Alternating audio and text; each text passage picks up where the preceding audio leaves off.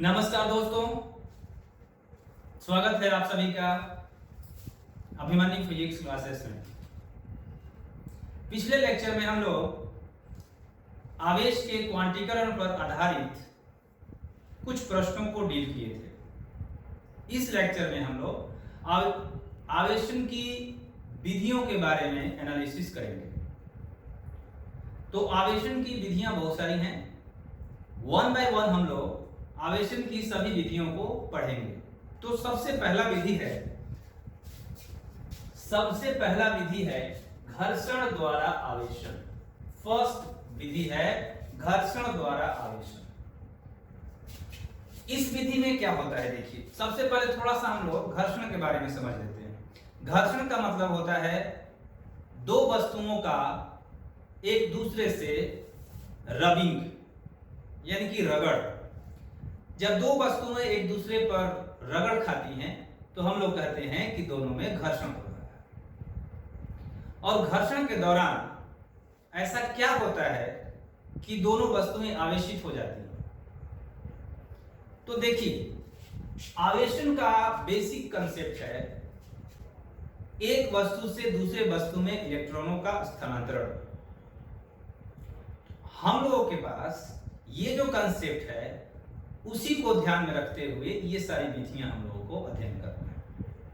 तो आवेशन की जो बेसिक कंसेप्ट है वो है इलेक्ट्रॉनों का एक वस्तु से दूसरे वस्तु में स्थानांतरण, और यही स्थानांतरण हम लोग अलग अलग विधियों द्वारा कराते हैं। तो एक वस्तु से दूसरे वस्तु में इलेक्ट्रॉन के स्थानांतरण की एक विधि है घर्षण द्वारा। घर्षण में क्या होता है, देखिए इसमें लिखा हुआ है कि जब किन्हीं दो वस्तुओं को और दोनों वस्तुओं में एक कम से कम अचालक होनी चाहिए, एक दूसरे से रगड़ा जाता है तो एक वस्तु से दूसरे वस्तु में इलेक्ट्रॉनों का स्थानांतरण होने लगता है। यही मेन पॉइंट है। जहां भी इलेक्ट्रॉन का स्थानांतरण होगा वहां आवेशन होगा, तो इलेक्ट्रॉनों का स्थानांतरण होने लगता है। अब जिस वस्तु द्वारा इलेक्ट्रॉनों को ग्रहण किया जाता है वह ऋणात्मक हो जाता है। पहले ही मैं बताया था कि जो वस्तु इलेक्ट्रॉनों को ग्रहण करेगी वो ऋणात्मक होगी। क्यों होगी? क्योंकि उसमें प्रोटॉनों की तुलना में इलेक्ट्रॉनों की संख्या बढ़ जाएगी, और जो वस्तु इलेक्ट्रॉनों का त्याग करेगी वो वस्तु धनावेशित हो जाएगी। क्यों हो जाएगी? क्योंकि उसमें इलेक्ट्रॉनों की तुलना में प्रोटॉनों की संख्या बढ़ जाएगी। या ये कहें, इसको दूसरे शब्दों में कह सकते हैं कि इलेक्ट्रॉनों की संख्या जो है कम हो जाएगी, और जिसमें इलेक्ट्रॉनों की संख्या कम हो जाती है वो धनात्मक होता है, और जिसमें इलेक्ट्रॉनों की संख्या बढ़ जाती है वो ऋणात्मक होता है। तो इलेक्ट्रॉनों का स्थानांतरण हुआ मतलब आवेशन हुआ। अब इसमें रगड़ने से इलेक्ट्रॉन एक वस्तु से दूसरे वस्तु में चला जाता है। जैसे देखिए यहां पर एक हम लोग सिंपल सा फिगर बनाए हुए हैं। एक वस्तु है ए और दूसरी वस्तु है बी। दोनों वस्तुएं फिलहाल उदासीन हैं। उदासीन का मतलब है इनके पास कोई आवेश नहीं है। जब हम लोग रगड़ते हैं तो एक वस्तु से दूसरे वस्तु में इलेक्ट्रॉनों का स्थानांतरण होने लगता है। और देखिए ये वाला प्लस हो गया है वस्तु और ये वाला माइनस। इसका मतलब है कि इसने इलेक्ट्रॉनों को का त्याग किया है और इसने इलेक्ट्रॉनों को ग्रहण किया है। जो ग्रहण किया वो माइनस हो गया और जो त्याग किया वो प्लस हो गया। तो दो वस्तुओं के आपसी रगड़ से, आपसी घर्षण से, आपसी फ्रिक्शन से एक वस्तु से दूसरे वस्तु में इलेक्ट्रॉनों का आदान प्रदान हुआ। यानी एक वस्तु ने त्याग किया और दूसरी वस्तु ने ग्रहण किया। इसका एक बहुत सिंपल उदाहरण है। घर पे हम लोग जो कंघा करते हैं या आपका पेन ही है, इसको बालों में बार बार रगड़िए। रगड़ने के बाद कागज के छोटे छोटे टुकड़ों या धूल कण के पास इसको ले जाइए। ले जाने पर हम देखेंगे कि धूल कण या कागज के छोटे छोटे टुकड़े इस पेन की ओर आकर्षित होने लगते हैं, जो पहले नहीं होते थे। रगड़ से पहले नहीं होते थे, रगड़ने के बाद आकर्षित होने लगे। इसका कारण है कि बालों से इस पेन में रगड़ होने की वजह से ये पेन आवेशित हो चुका है। मतलब इसने या तो अपने इलेक्ट्रॉन बालों को दे चुका है या बाल अपने इलेक्ट्रॉन इस पेन को दे चुके हैं। इसी वजह से ये कागज के छोटे छोटे टुकड़ों को आकर्षित करने लगता है। क्यों? क्योंकि ये आवेशित हो चुका है। अब इसके बाद हम लोग दूसरा विधि पढ़ेंगे, चालन द्वारा आवेशन। चलिए दोस्तों, आवेशन की दूसरी विधि, पहला विधि घर्षण द्वारा आवेशन और दूसरा विधि चालन द्वारा आवेशन। चालन द्वारा आवेशन में क्या होता है कि हमारे पास दो चालक होंगे, एक आवेशित और दूसरा उदासीन। एक होगा आवेशित और एक होगा उदासीन। इसका मतलब है कि एक वस्तु जो उदासीन है उसमें number of electron is equal to number of protons. दूसरा जो है आवेशित है, आवेशन में पॉजिटिवली भी हो सकता है और नेगेटिवली भी हो सकता है, यानी कि धनावेश भी हो सकता है और ऋणावेश भी हो सकता है। तो ये आवेशित है और ये उदासीन है। हम दोनों को एक दूसरे के संपर्क में लाएंगे। संपर्क का मतलब है कि इसको टच करेंगे। देखिए लिखा हुआ है, चालक को जब किसी आवेशित चालक को किसी उदासीन चालक के संपर्क में लाया जाता है, मतलब ये चालक है, आवेशित है और ये उदासीन है, दोनों को एक दूसरे के संपर्क में लाया जाता है। तो एक चालक से दूसरे चालक में इलेक्ट्रॉनों का प्रवाह, प्रवाह का मतलब ही है स्थानांतरण, यानी एक चालक से दूसरे चालक में इलेक्ट्रॉनों का स्थानांतरण शुरू हो जाता है। अब इलेक्ट्रॉनों के स्थानांतरण का मतलब ही है विद्युत आवेशन, यानी कि जो वस्तु उदासीन थी वो आवेशित चालक के संपर्क में आकर वो भी आवेशित हो जाएगी, यानी चार्ज हो जाएगी। इसको हम लोग एक फिगर से समझते हैं। देखिए ये वाली जो वस्तु है इसको हम लोग मान लेते हैं ए और इस वस्तु को मान लेते हैं, ये चालक है ए और ये चालक है बी। दोनों चालकों को एक दूसरे के संपर्क में रखा गया है। ये आवेशित है और ये उदासीन है। हम लोग उदासीन चालक में देखेंगे कि जितने इलेक्ट्रॉन होंगे, यानी जितना प्लस हो, जितना इलेक्ट्रॉन होंगे उतने ही प्रोटॉन होंगे, यानी कि जितने माइनस होंगे उतने ही प्लस होंगे। तो देखिए 1 2 3 4 5 6 7 8 प्लस डालें हम लोग 1 2 3 4 5 6 7 8, यानी कि प्लस इसमें 8 है तो माइनस भी 8 होना चाहिए। 1 2 3 4 5 6 7 8 नहीं है, हम लोग यहाँ पर एक और बढ़ा, जितना प्लस उतना माइनस। देखिए अब हम लोग ये उदासीन चालक लिए हुए हैं, चालक बी, और एक आवेशित चालक है चालक ए। ये आवेशित चालक है ए और ये उदासीन चालक है बी। आवेशित चालक में ये माइनस माइनस माइनस, यानी कि हम लोग 4 माइनस दिखाए। अब देखिए क्या हो, जब इसके संपर्क में हम लोग लाए हैं तो देखिए ये वाला माइनस इस पर बल लगाएगा, यानी कि इसको प्रतिकर्षित करेगा। ये इसको इस तरीके से ये सभी एक दूसरे को प्रतिकर्षित करेंगे। अल्टीमेटली ये जो आवेश है ये इसमें आ जाएगा, उछलकर इसमें आ जाएगा, क्योंकि इधर का जो फोर्स है, इधर का जो बल है वो न्यूट्रलाइज है, यानी इधर ये प्लस माइनस मिल करके न्यूट्रलाइज हो चुके हैं, उनके बीच, यानी उनके द्वारा कोई बल आरोपित नहीं किया जाएगा, क्योंकि जितना प्लस है उतना ही माइनस है। तो बल जो है, विद्युत बल यानी इलेक्ट्रिक फोर्स जो प्रभावी होगा, जो डोमिनेंट होगा, वो होगा इसका। तो यहां से जो माइनस है, एक माइनस इसमें चला जाएगा, तो नेक्स्ट स्टेप में हमारा क्या बनेगा? नेक्स्ट स्टेप में इसमें केवल 3 आवेश रह जाएंगे माइनस में, और ये जो है, ये जो हमारा ये जो हमारा चालक है, चालक बी, ये कैसा होगा देखिए,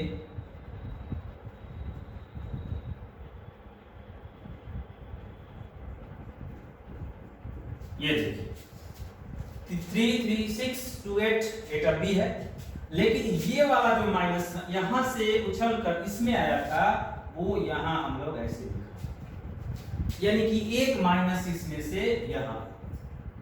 अब देखिए यहां पर 3 आवेश है माइनस में, तो ये वाला इसको फोर्स करेगा, ये वाला इसको फोर्स करेगा, फाइनली एक आवेश इसमें से माइनस और जाएगा। देखिए ये जाना चाहेगा इसमें, लेकिन इधर माइनस है, ये वाला माइनस है, तो इन आवेश को, ये जो आवेश इसमें जाएंगे या जाना चाहेगा, उसको ये नहीं आने देगा। क्यों? क्योंकि यहां भी माइनस आ गया। पहले वाले केस में ऐसा नहीं था, पहले वाले केस में कोई माइनस नहीं था, तो आराम से ये वाला चला गया।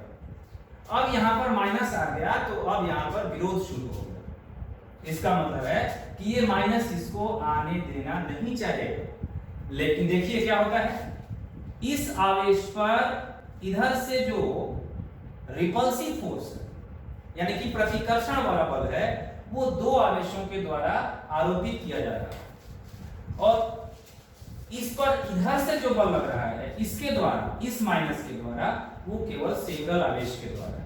इसका मतलब है कि इधर वाला जो फोर्स है वो इधर वाले फोर्स से अधिक है। तो अभी संभावना बनता है कि ये वाला जो आवेश है इसमें जाएगा। तो नेक्स्ट स्टेप में क्या होगा? नेक्स्ट स्टेप में होगा कि इसमें केवल 2 बचेंगे,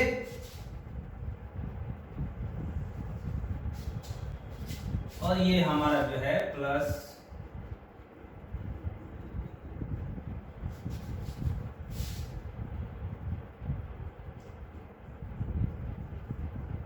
अब देखिए पहले एक आवेश था माइनस में, अब 2 हो गए। अब देखिए नेक्स्ट स्टेप, देखिए नेक्स्ट स्टेप में फिर ये वाला जो है इस पर बल लगाएगा, रिपल्सिव फोर्स लगाएगा, तो ये फिर जाना चाहेगा। पॉसिबिलिटी बनती है कि ये आवेश जो है फिर इसमें जाना चाहेगा।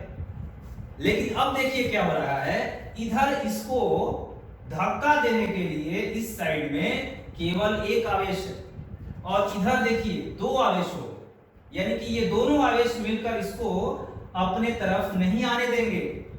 तो 2 आवेश का बल इस पर अधिक होगा इन कंपैरिजन टू एक आवेश के द्वारा लगाया गया बल। यानी ये वाला जो बल लगाएगा इस पर, ये कम होगा इन दोनों के द्वारा लगाए जाने वाले प्रतिकर्षण बल से। इसका मतलब है कि ये आवेश अब इधर नहीं आ सकता है, क्योंकि इधर -2 हो गए, और इधर यानी कि 2 इसको धक्का देंगे इस तरफ, और इस पर इस साइड में धक्का देने के लिए, यानी कि रिपेल करने के लिए केवल एक माइनस बचा। तो अब कोई पॉसिबिलिटी नहीं है कि ये वाला आवेश इसमें जाएगा। तो अब हम लोग फाइनली क्या करेंगे कि इसको, इस वाले को हम लोग अलग कर लेंगे, इस वाले को हम लोग अलग कर लेंगे, तो ये बन जाएगा ऋणाभिषिक्त। ये B जो है वो क्या बन गया? ऋणाभिषिक्त। आप चाहे तो यही प्रोसेस, सेम प्रोसेस दोहरा सकते हैं, इसको प्लस प्लस करके, इन सभी को प्लस प्लस आप कर सकते हैं।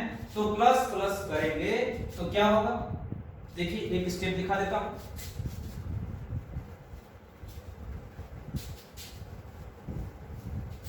इसमें हम लोग एक चालक फिर से लेते हैं, ये B चालक है, और ये वाला हम लोग ले लिए A चालक, ये प्लस प्लस। तो जब यहां प्लस प्लस है तो इस साइड में माइनस माइनस है, क्योंकि प्लस माइनस को खींचता है, इसलिए इस साइड में माइनस माइनस है। तो अब देखिए 3 आवेश इसको धक्का देंगे इस साइड में आने के लिए, तो एक प्लस जो है नेक्स्ट स्टेप में, एक प्लस जो है कैसे, जैसे उसमें माइनस आ रहा था, उस इसमें 3 बचेंगे, और एक जो है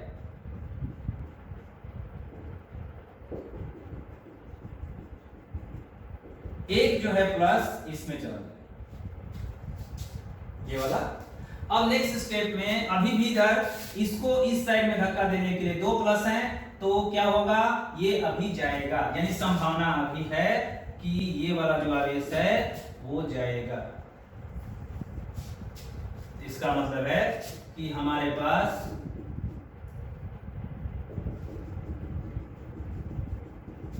अभी भी हमारे पास दो आवेश जाएंगे प्लस। अब संभावना नहीं है, इसको धक्का देने के लिए एक प्लस है और इधर धक्का देने के लिए दो प्लस है, तो अब संभावना नहीं बनता है। तो अब हम लोग इस चालक को हटा लेंगे और हमारे पास खाली बचेगा कौन सा, धनावेशित हो गया। पहले केस में ऋणावेशित, इस केस में धनावेशित। अब इस विधि के बाद हम लोग तीसरा विधि पढ़ेंगे, प्रेरण द्वारा आवेशन। चलिए दोस्तों, आवेशन की दो विधियां पढ़ने के बाद अब हम लोग तीसरी विधि पढ़ते हैं। तीसरी विधि का नाम है प्रेरण द्वारा आवेशन। तीसरी विधि का नाम है प्रेरण द्वारा आवेशन, प्रेरण द्वारा आवेशन, और अंग्रेजी में इसको बोलेंगे चार्जिंग बाय इंडक्शन। सबसे पहले हम लोगों को प्रेरण समझना पड़ेगा, इंडक्शन समझना पड़ेगा कि इंडक्शन क्या होता है, प्रेरण क्या होता है। चलिए, तो इसमें लिखा हुआ है कि जब कोई आवेशित चालक किसी उदासीन चालक के समीप लाया जाता है, ये मेन पॉइंट है, समीप लाया जाता है। समीप लाया जाता है का मतलब है कि दोनों चालकों को टच नहीं करेगा, दोनों चालकों को एक दूसरे से इस प्रकार टच नहीं कराएंगे, इस फैशन में रखेंगे ये वाला। अब जब समीप लाएंगे, समीप लाया जाता है तो उदासीन चालक के सभी इलेक्ट्रॉन उसके एक सिरे पर संरेखित हो जाते हैं। इंग्लिश में इसको अलाइन बोलते हैं, एक सिरे पर अलाइन हो जाएंगे। इसका मतलब है कि एक सिरा ऋणावेशित हो जाएगा और दूसरा सिरा धनावेशित हो जाएगा, यानी कि एक सिरे पर इलेक्ट्रॉनों की संख्या बढ़ जाएगी और दूसरे सिरे पर इलेक्ट्रॉनों की संख्या घट जाएगी, और जहां पर इलेक्ट्रॉनों की संख्या घट जाएगी वो धनावेशित हो जाएगा सिरा, और जिस सिरे पर इलेक्ट्रॉनों की संख्या बढ़ जाएगी वो सिरा ऋणावेशित हो जाएगा। इसको हम लोग फिगर द्वारा समझते हैं। देखिए, ये आवेशित चालक है, ऋणावेशित चालक है, और ये जो है यहां पर हम लोग इसको, ये उदासीन चालक था पहले, प्लस माइनस इधर उधर फैले हुए थे इधर, ये चालक उदासीन है। उदासीन का मतलब है कि जितने इलेक्ट्रॉन हैं, यानी जितने पॉजिटिव है उतने ही नेगेटिव है।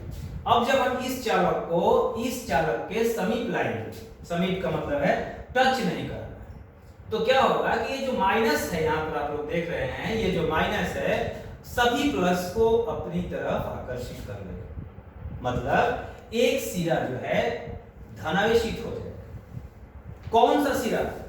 जो आवेशित चालक के समीप है, और जो आवेशित चालक से दूर है वो सिरा ऋणावेशित हो जाएगा। देखिए इस प्रकार से। लेकिन प्लस एक तरफ और माइनस एक तरफ हो जाने से चालक आवेशित नहीं कहलाता है।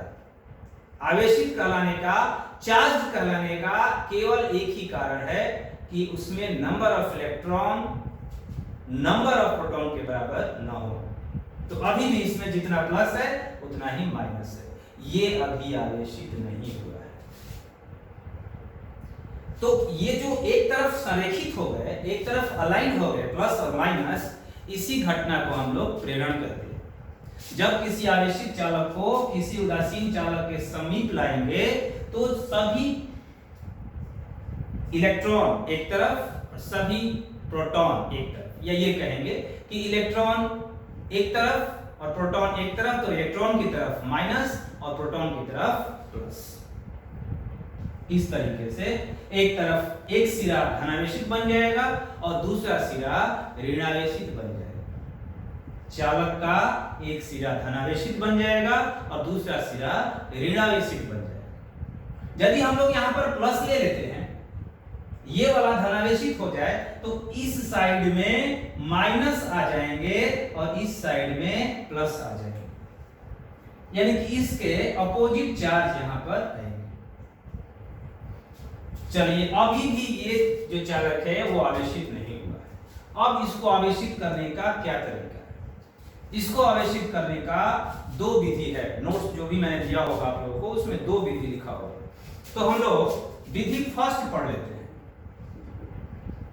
विधि फर्स्ट, इस विधि में क्या करते हैं देखिए, जो हमारा था पहले से घटना उसको हम लोग यहां पर फिर से रीड्रॉ करते हैं, और ये वाला समीप में था, एक तरफ प्लस एक तरफ माइनस।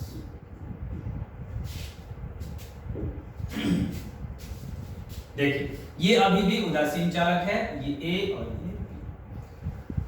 हम क्या करेंगे कि पहली विधि में एक ये तरीका है समझ लीजिए आवेशित करने का। हम लोग इसको इस वाले साइड को अर्थिंग कर देंगे, ये कहलाता है अर्थिंग। हिंदी में इसको बोलते हैं भूसंपर्कित, हिंदी में इसको बोलते हैं भूसंपर्कित। अर्थिंग करने से क्या होता है कि इसके जितने भी इलेक्ट्रॉन हैं वो अर्थ में चले जाएंगे, यानी कि यहां से इलेक्ट्रॉन निकलेगा और ऐसे ऐसे ऐसे ऐसे सभी जो इलेक्ट्रॉन है वो अर्थ में चला जाएगा। तो अर्थ में जब चला जाएगा तो एक इलेक्ट्रॉन जाएगा तो प्लस छोड़ के जाएगा, मतलब ये वाला माइनस अर्थ में जाएगा तो यहां पर प्लस छोड़ के जाएगा, ये वाला भी जाएगा तो यहां पर प्लस, ये भी जाएगा तो प्लस, ये भी जाएगा तो प्लस, ये भी प्लस, ये भी प्लस, ये भी प्लस। तो इस साइड में सभी माइनस खत्म, क्योंकि सभी माइनस चले गए अर्थ में, और ये वाला साइड क्या हो गया पॉजिटिव, न्यूट्रलाइज हो गया, यानी इस तरफ कोई आवेश नहीं बचा। तो अब ये जो चालक है ये धनावेशित हो जाएगा। अब हम लोग क्या करेंगे कि इसको भी हटा लेंगे और अर्थिंग भी हटा लेंगे। नेक्स्ट स्टेप में हम लोग क्या करेंगे कि इसको भी हटा लेंगे जो चालक था, और चालक को भी हटा लिए, और ये जो हमारा अर्थिंग था, अर्थिंग इसको भी हटा लेंगे, यहां से हटा। अब चालक सेपरेट हो गया, तो अब ये चालक बन जाएगा धनावेशित, क्योंकि जितने भी इसमें माइनस थे वो ऑलरेडी अर्थ में जा चुके हैं। तो अब इसमें जो रह जाएगा वो केवल पॉजिटिव रह जाएगा। ठीक है, तो ये चालक हो गया।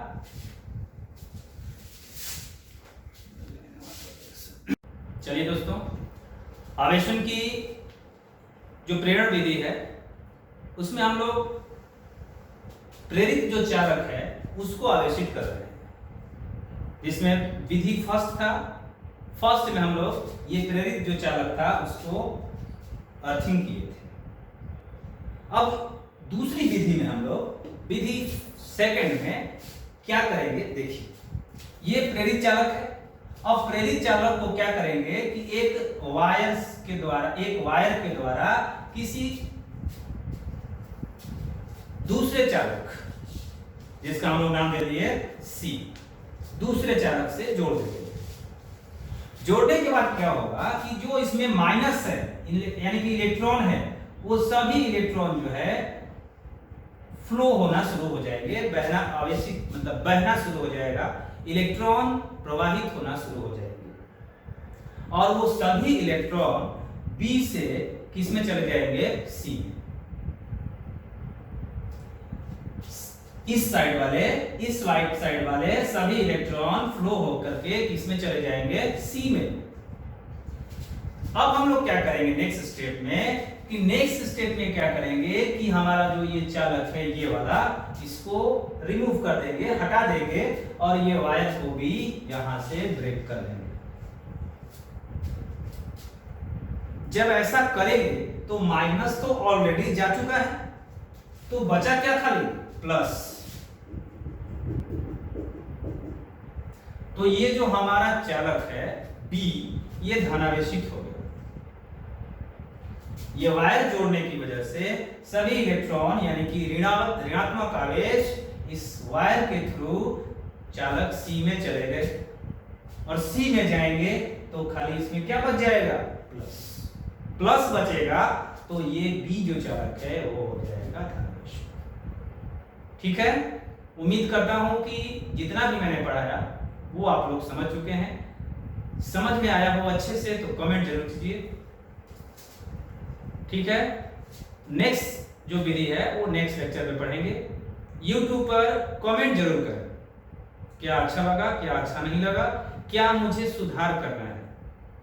यदि कुछ सुधार भी करना है तो मैं आप लोगों के कमेंट के थ्रू ही इसको सुधारूंगा। कुछ कमी होगी तो उसको सुधारूंगा।